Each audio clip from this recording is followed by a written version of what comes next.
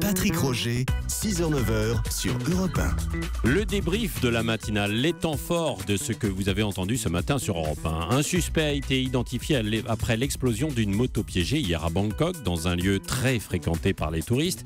Il appartiendrait à l'opposition à la junte militaire au pouvoir. Le bilan est d'au moins 21 morts et 120 blessés. Plusieurs ressortissants étrangers figurent parmi les victimes.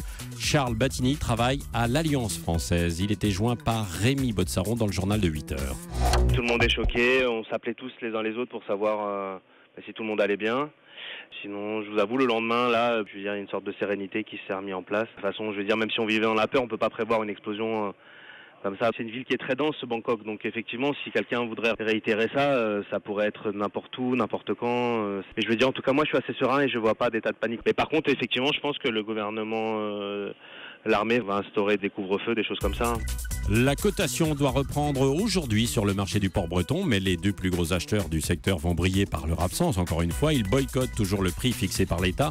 1,40 € le kilo, c'est trop cher pour eux.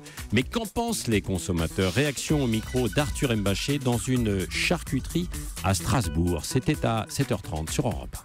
Le problème chez nous, on a des porcs partout et on importe. Et même la charcuterie alsacienne est faite avec des porcs qui sont importés.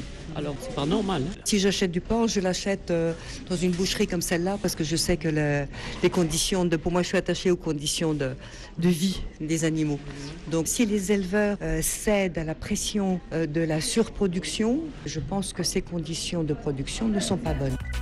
Le ministère de l'Éducation, dans un communiqué publié hier, s'est félicité d'une quasi-stabilité du coût de la rentrée. Famille de France publie aujourd'hui les résultats de son enquête annuelle. Le constat est tout autre. Les prix augmentent, plus 0,7%. Thierry Vidor, le président de l'association, était l'invité d'Europe 1, vous répond à 6h45.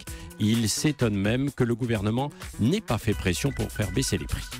Nous sommes très étonnés. Nous pensions tout de même que même le gouvernement annoncerait des chiffres en baisse. Sachez quand même que depuis un an, le coût du pétrole baisse et impacte tout de même très fortement, notamment les fournitures scolaires. Et donc, où vont ces marges? On nous a toujours expliqué que lorsqu'il y avait des augmentations, c'était dû au pétrole ou à l'augmentation du papier. Là, les deux cours se sont pour l'un presque effondrés, un tiers de baisse, et pour le papier, moins 8%. Alors que dans ces deux catégories, il semblerait, le ministère nous l'annonce, qu'il y ait une légère augmentation.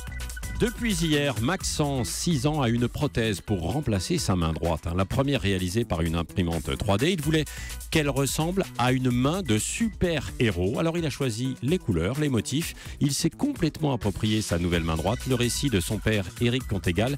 Il était mon invité pour l'interview vérité de 7h45. Quand Maxence les a vus, il a dit « Waouh, c'est trop génial, j'en veux une ».